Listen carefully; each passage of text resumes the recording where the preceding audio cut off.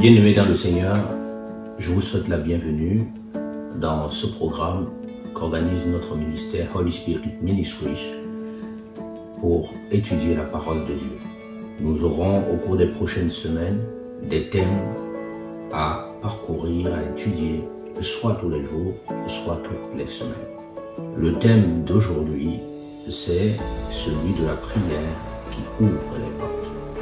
Nous allons commencer d'abord par demander au Saint-Esprit de nous assister pendant ce moment d'étude. Saint-Esprit, la parole nous dit que nous ne savons pas prier, mais que nous pouvons toujours compter sur toi, car tu viendras à notre secours, au secours de notre faiblesse, pour nous enseigner toutes choses, pour nous apprendre à prier. Viens nous enseigner la prière, afin que nous puissions prier comme Jésus prie. Viens mettre les mots qu'il faut dans ma bouche, afin que plusieurs puissent être bénis dans leur vie de prière, afin que Jésus soit honoré et glorifié. Amen. Donc, pourquoi la prière qui ouvre des portes? Les frères et sœurs de l'Assemblée ont proposé ce thème. Et dans ce thème, nous voyons que la prière qui ouvre les portes est nécessaire lorsque les portes sont fermées. Alors, est-ce qu'il peut arriver dans notre vie que des portes puissent être fermées? Oui. Lorsque nous regardons Josué au chapitre 6 à partir du verset 1, la parole de Dieu nous dit ceci. Jéricho était fermé et barricadé devant les enfants d'Israël. Personne ne sortait et personne n'entrait. Nous voyons que Jéricho était fermé comme une porte peut être fermée.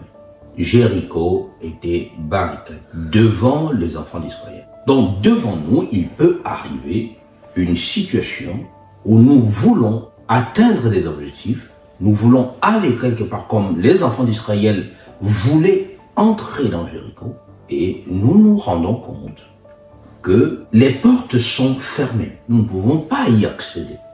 Ce que nous voulons atteindre comme objectif est comme une forteresse barricadée. Impossible d'y entrer. On dit spirituellement qu'il y a des forteresses qui se dressent au-devant de nous. Peut-être que tu es en train de traverser une situation où des forteresses sont devant toi.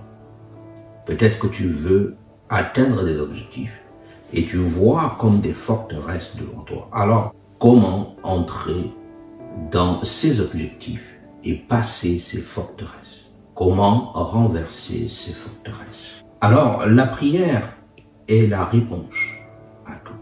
La prière qui est la réponse à tout devrait pouvoir être déployée en vue de pouvoir nous permettre d'accéder là où nous ne pouvons pas accéder à cause des forteresses. C'est la raison d'être de la prière qui ouvre les portes. La prière en soi répond à une stratégie, doit répondre à une stratégie. Pourquoi? Parce que la parole de Dieu nous enseigne que notre Dieu, c'est l'Éternel des armées. Donc, la guerre spirituelle est intrinsèque à l'identité même de Dieu. Lorsque nous sommes enfants de Dieu, la guerre spirituelle fait partie de notre vie. Voilà pourquoi l'apôtre Paul dit dans Éphésiens chapitre 6, à partir du verset 12, que nous avons à combattre. La version parole vivante nous dit, car ce n'est pas de notre combat à nous seuls dont il s'agit. Donc il y a un combat. Il y a une situation où il y a une guerre spirituelle à mener. Cette guerre spirituelle, nous devons la remporter. Et l'apôtre Paul, un peu plus loin, nous enseigne que nous devons prendre toutes les armes spirituelles. Et dans sa définition d'armes spirituelles, il fait référence à la prière. Donc la prière doit être menée dans le but de pouvoir gagner la guerre spirituelle. La prière est l'arme spirituelle de tout enfant de Dieu. Ce n'est pas de notre combat à nous seuls dont il s'agit. Il y a en face de nous un certain nombre d'entités spirituelles qui, derrière les situations, derrière les personnes, cherchent à contrôler notre vie, cherchent à nous oppresser, cherchent à contrecarrer notre bonheur dans le but de faire ce que le Seigneur Jésus nous dit dans Jean chapitre 10, verset 10, que lui, il est venu pour que nous ayons la vie et la vie en abondance, mais l'autre, l'ennemi, le diable, il est là pour détruire, pour voler et pour tuer notre bonheur. Dieu nous a créés pour que nous soyons heureux. Dieu nous a créés pour que nous réussissions dans tout ce que nous entreprenons. Dieu nous a créés pour que nous puissions être des personnes victorieuses, pour que nous puissions dominer, pour que nous puissions assujettir. Et dans ce texte du livre de la Genèse, au chapitre 1, il dit dominer, assujettissez. Mais nous comprenons déjà que dès le principe fondateur de notre vie, il y avait déjà la notion du combat spirituel qui était intrinsèque à la bénédiction qu'il a donnée à l'homme. On ne peut assujettir que lorsqu'il y a une résistance à être notre sujet. Donc nous devons dominer. Mais pour dominer, il faut assujettir les situations. Dieu ne demande pas d'assujettir son semblable, mais d'assujettir les animaux, les végétaux, ainsi de suite, tout le reste de la création. L'exercice de la domination est adressé au reste de la création, tel que nous le voyons dans Genèse au chapitre 6, à partir du verset 26. Donc, la prière qui ouvre les portes dépend d'une stratégie spécifique. Et la stratégie de la prière qui ouvre les portes nous est révélée dans Romains, chapitre 8, à partir du verset 26, nous dit ceci. De même aussi, l'Esprit nous aide dans notre faiblesse, car nous ne savons pas ce qu'il convient de demander dans nos prières. Mais l'Esprit lui-même intercède par des soupirs inexprimables. Il dit au verset 27, « Et celui qui sonde les cœurs connaît quelle est la pensée de l'Esprit, parce que c'est selon Dieu qu'il intercède en faveur des saints. » Nous savons, au verset 28, « Du reste, que toute chose concourt au bien de ceux qui aiment Dieu, de ceux qui sont appelés selon son dessein. » Verset 29. « Car ceux qu'il a connus d'avance, il les a aussi prédestinés à être semblables à l'image de son Fils, afin que son Fils fût le premier-né entre plusieurs frères. Et ceux qu'il a prédestinés, il les a aussi appelés. Et ceux qu'il a appelés, il les a aussi justifiés. Et ceux qu'il a justifiés, il les a aussi glorifiés. » La prière qui ouvre toutes les portes est la prière qui nous fait entrer dans la gloire. Dans ce que nous dit ici, au Romains, chapitre 8, verset 30. Prédestiné, appelé, justifié et glorifié. C'est la prière qui nous fait entrer dans la gloire, concernant une situation spécifique. Alors, pour entrer dans la gloire, nous avons besoin, premièrement, d'être en accord avec l'Esprit de Dieu. C'est pourquoi l'apôtre Jacques va nous dire au chapitre 4 de son livre que nous prions et nous ne recevons pas, parce que nous prions mal, dans le but de ne satisfaire que nos propres passions. Donc, pour pouvoir prier de manière victorieuse, la première étape consiste à être en accord avec le Saint-Esprit de Dieu. Nous disons l'Esprit de Dieu, la manière d'être et de faire de Dieu, être en accord avec Dieu. C'est-à-dire, la manière de voir de Dieu doit être ma manière de voir. La manière de penser de Dieu doit être ma manière de penser. Ça veut dire quoi? Ça veut dire que la première étape de la prière qui ouvre les portes doit être de pouvoir convertir mon cœur afin de voir selon Dieu concernant le problème pour lequel je prie. Quelle est la manière de voir de Dieu? Qu'est-ce que Dieu pense de cette situation? Il s'agit, premièrement, comme dit 1 Samuel chapitre 30, de consulter l'Éternel. Vous savez, lorsque David, au verset 6, si mes souvenirs sont exacts, du chapitre 30, de 1 Samuel, va être en train d'aller recouvrer ce qui lui avait été volé à Tic-Lac. Il va se rendre compte que les pleurs ne servaient à rien. Les gémissements ne servaient à rien. Et la parole de Dieu nous dit, il reprit confiance en l'Éternel son Dieu.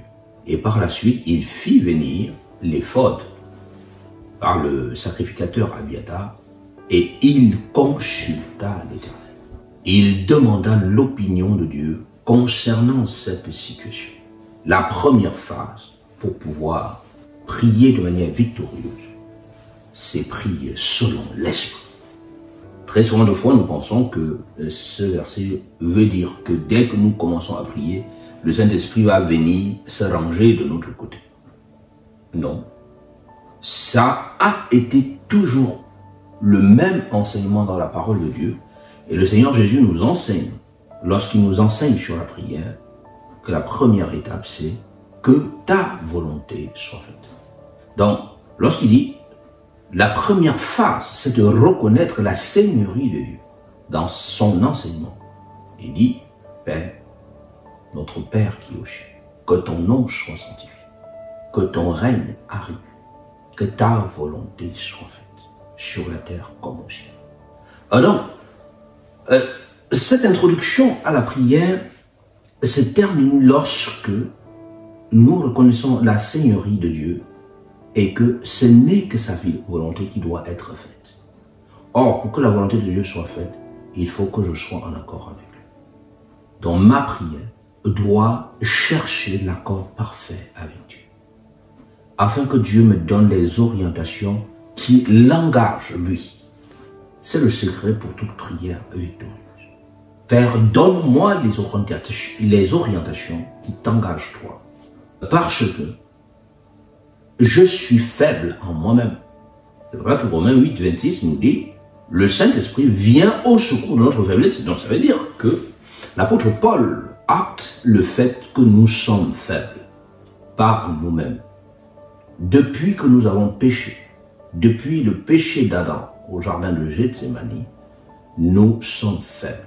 Je suis faible. Le genre humain est devenu faible. En se séparant de Dieu, on devient faible. Et le secret pour retrouver la force, c'est de revenir dans la dimension de l'accord, de la communion avec Dieu. Donc lorsqu'il y a une situation, quelle qu'elle soit, si je veux prier de manière victorieuse, je dois rechercher l'accord parfait avec le Père concernant cette situation. Consulter l'Éternel, revenir lui chercher sa volonté concernant cette situation. Alléluia. La prière qui ouvre les portes se fonde sur ce principe spirituel. Et deuxièmement, faire confiance en l'Éternel. Nous le voyons dans Marc au chapitre 11, à partir du verset 22. Ayez foi en Dieu. Oui, lorsque ce verset nous enseigne d'avoir foi en Dieu, nous pouvons comprendre aussi qu'il s'agit d'avoir le même type de foi que Dieu. Mais ici, ça nous laisse entrevoir aussi quelque chose qui doit compléter cela. Une relation entre moi et Dieu. Et acté par la foi comme Dieu, lui, est acte par la foi. En fait, l'un ne va pas sans l'autre.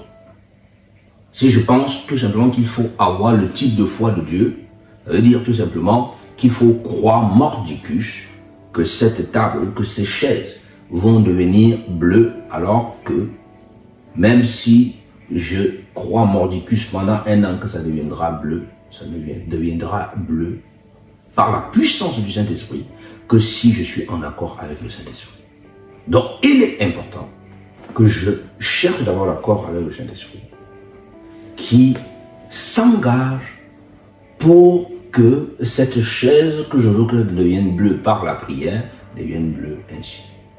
Et que croire ne soit pas croire en la bleuité de cette chaise, mais croire que au Saint-Esprit qui fera le travail, comme il veut, comme il l'entend. Ma prière n'oblige pas Dieu. Ma prière me soumet à sa volonté. C'est ça le principe de toute prière. Ma prière n'est pas là pour forcer Dieu à faire ce que je veux. Ma prière est là pour soumettre moi et tous mes désirs et toute ma volonté à la volonté de Dieu. Et lorsque je suis totalement soumis au Saint-Esprit, le Saint-Esprit acte dans ma situation avec sa puissance. Dieu ne nous donne pas des pouvoirs.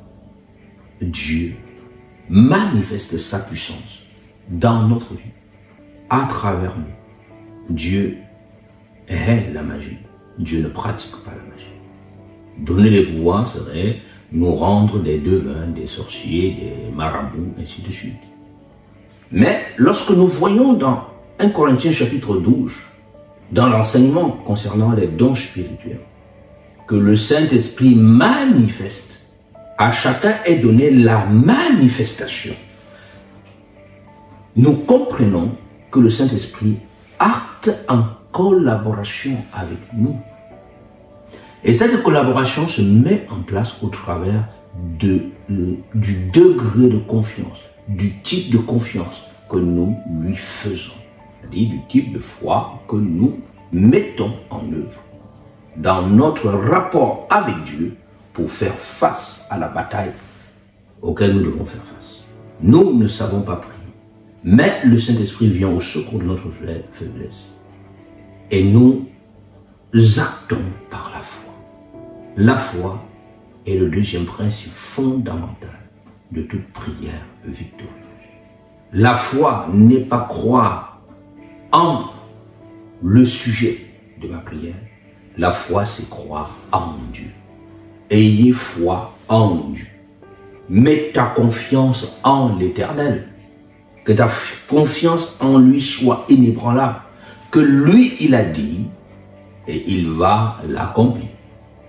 Nous arrivons au troisième principe de toute prière victorieuse, de toute prière qui ouvre les portes. Écoutez ce que Dieu dira concernant ma situation.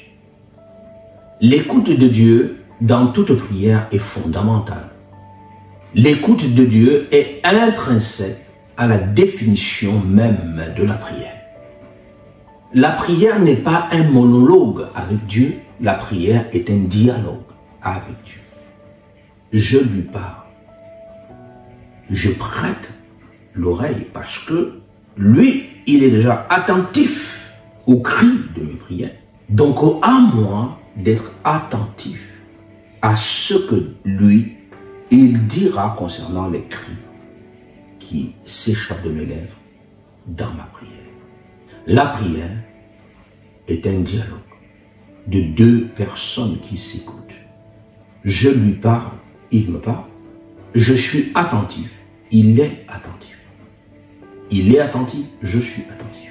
Parce qu'il est attentif, je me dois d'être attentif. C'est la raison pour laquelle le plus grand des commandements, c'est Shema Israël. Adonai est l'or. Adonai est notre Dieu. Il est le seul Seigneur. Adonai est Héron. Adonai est Echad. Mais cela commence par Shema Israël. Écoute Israël. Écoute Emmanuel. Écoute Marlise. Écoute Maria. Écoute frère. Écoute sœur.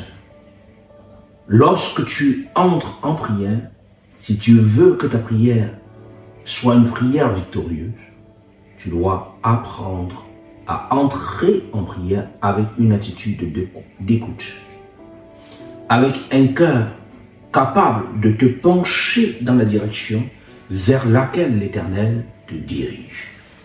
Pas que tu entres en prière en disant « Seigneur, je veux une voiture, une voiture, une voiture, une voiture, je veux rien d'autre. » Oui, c'est bien.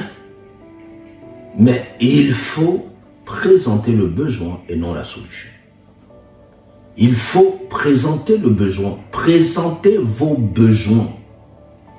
Ne présente pas à Dieu les solutions auxquelles il doit se soumettre. C'est ça qui fait que nos prières ne sont pas exaucées. Parce que très souvent de fois, nous ne présentons pas nos besoins. L'Épître aux Philippiens nous dit qu'il faut présenter ses besoins et non pas qu'il faut présenter toutes les solutions qui répondront à nos besoins. Présente tes besoins. Présente tes besoins.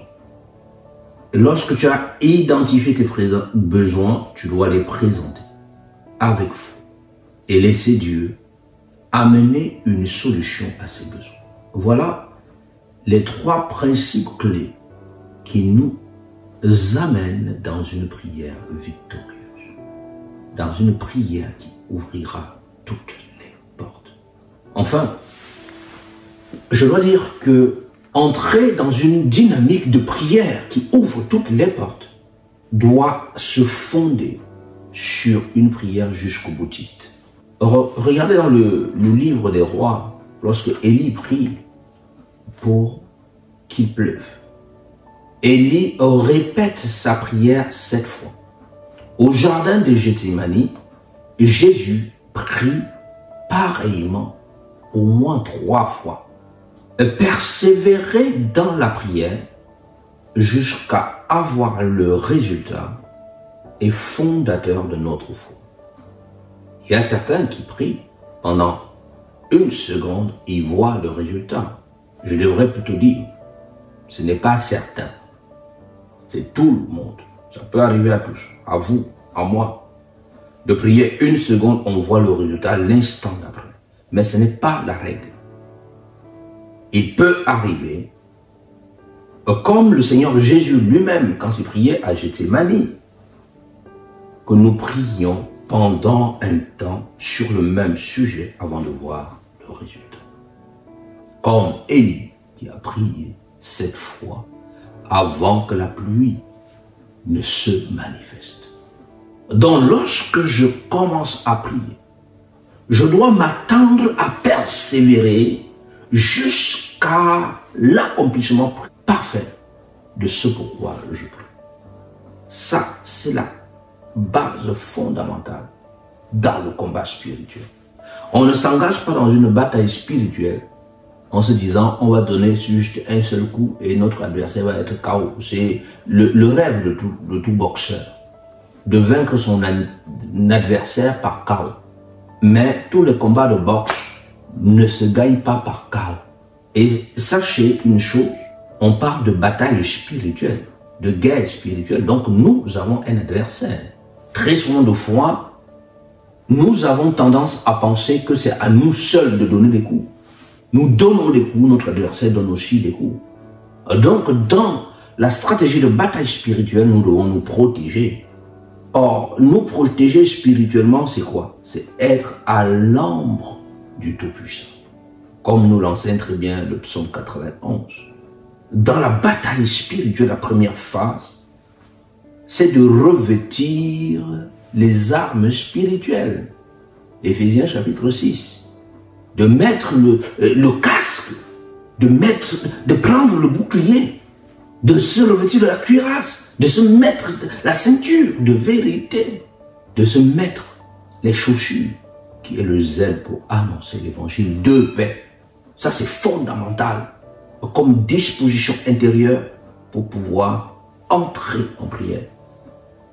Ce sont ces dispositions intérieures qui nous amènent à poser des gestes comme, premièrement, pardonner à ceux qui nous ont offensés. Et deuxièmement, réparer les torts que nous avons causés aux autres. Donc, premièrement, pardonner. Si vous ne pardonnez pas lorsque vous priez, votre Père Céleste ne vous pardonnera non plus. Et par conséquent, il ne vous exaucera pas. C'est ce que nous dit Marc chapitre 11 à partir du verset 25. Lorsque Jésus enseigne sur la prière, en prenant l'exemple du figuier qu'il maudit, et le lendemain en passant, le figuier décède. Donc vous voyez encore ici dans cet exemple de Marc chapitre 11 que la prière peut ne pas se manifester immédiatement. Jésus a maudit le figuier et c'est un jour après qu'il voit que le figuier maudit est sec. Ensuite, il convient de réparer les torts que nous avons causés aux autres dans notre marche. Certaines personnes pensent que parce qu'ils sont des enfants de Dieu, parce que ils ne doivent pas réparer leurs torts. Et il est très très dangereux de marcher avec des gens qui pensent qu'ils ne sont jamais répréhensibles, que ce sont les autres qui ont tort. C'est la raison pour laquelle le Seigneur Jésus va dire, dans Matthieu chapitre 5, à partir du verset 23, « Si donc tu présentes ton offrande à l'autel, et que là tu te souviennes que ton frère a quelque chose contre toi, que tu as causé du tort, qui donne à ton frère un motif légal de détenir une charge contre toi devant l'Éternel, va d'abord te réconcilier avec ton frère, puis reviens présenter ton offrande. Il dit, accorde-toi promptement avec ton adversaire pendant que tu es en chemin avec lui, de peur qu'il ne te livre au juge, et que le juge ne te livre à l'officier de justice, et que tu ne sois mis en prison, des prisons spirituelles qui empêchent l'exaucement de nos prières. Nous aurons le temps de revenir sur ces notions concernant l'enseignement sur la prière. Je te le dis en vérité, tu ne sortiras pas de là que tu n'aies payé le dernier cadran.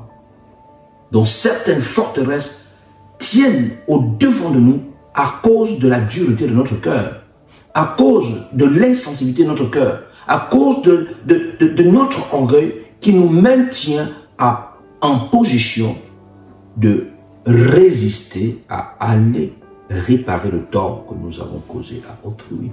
De la même manière que le pardon que nous devons accorder aux autres.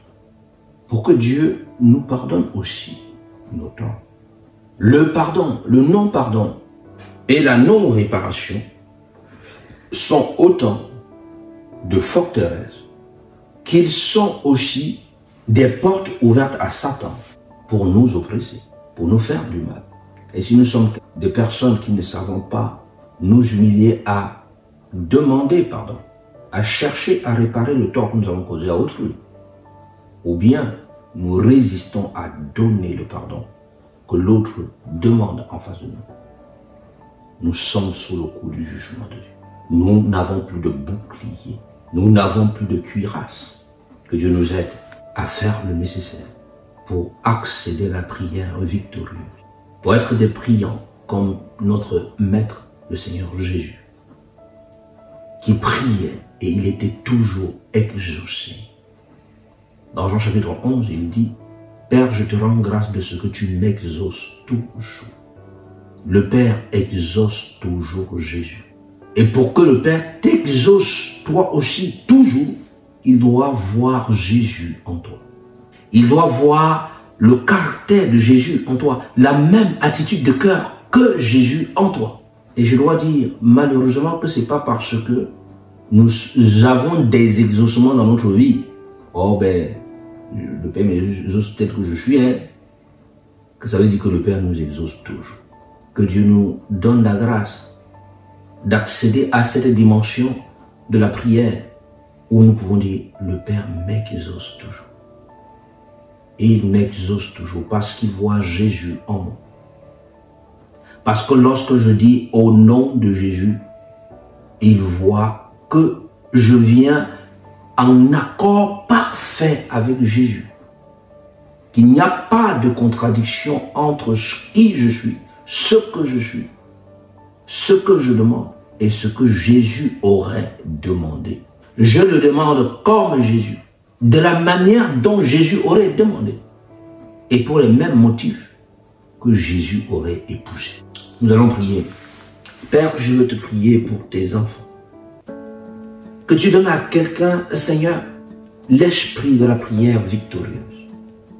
Que tu changes notre cœur, que tu changes nos pensées, notre mentalité, afin que nous nous inscrivions dans la dynamique de la prière qui ouvre toutes les portes. Père, je prie dans ta grâce, afin que tu nous enseignes à prier. Non seulement que tu nous enseignes à prier, mais aussi, Père, que ton Saint-Esprit vienne prier en nous. Pas seulement qu'il vienne comme quelqu'un entre dans une maison qui n'est pas à lui, mais qu'il épouse notre cœur. Parce que nous voulons épouser le cœur du Saint-Esprit, être en accord parfait avec lui. Nous ne voulons pas prier dans le but de satisfaire notre ego, mais dans le but de satisfaire la volonté du Père concernant notre bonheur. Je suis venu pour que mes brebis aient la vie et qu'ils l'aient en abondance. Que cette manière de prier que je te demande pour tes enfants aujourd'hui devienne le canal par lequel ils expérimentent la vie abondante. Nous voulons expérimenter la vie abondante. Et je prie que l'onction de la prière tombe sur une personne ce matin. Je prie que l'onction de la prière remplisse la vie de quelqu'un. Que l'onction de la prière entre dans la vie de quelqu'un. Afin que ce frère, cette soeur qui veut prier et entrer dans la dynamique de la prière victorieuse puisse être heureux, avoir une joie abondante. Parce que tu as dit, demandez et vous recevrez, et votre joie sera parfaite. Nous voulons expérimenter la joie parfaite. Et je veux que quelqu'un expérimente la joie parfaite. Et je te rends grâce, Père, pour l'onction de la prière qui envahit la vie. Je te rends grâce, Père, pour la prière victorieuse qui est en train d'envahir la vie de quelqu'un en ce moment. Je te rends grâce, Père, pour l'onction de la prière qui est en train d'envahir ma vie, la vie d'un frère, la vie d'une sœur. Je te rends grâce, Père, pour l'esprit de la prière qui est répandu. Au nom de Jésus. Amen. Que Dieu vous bénisse.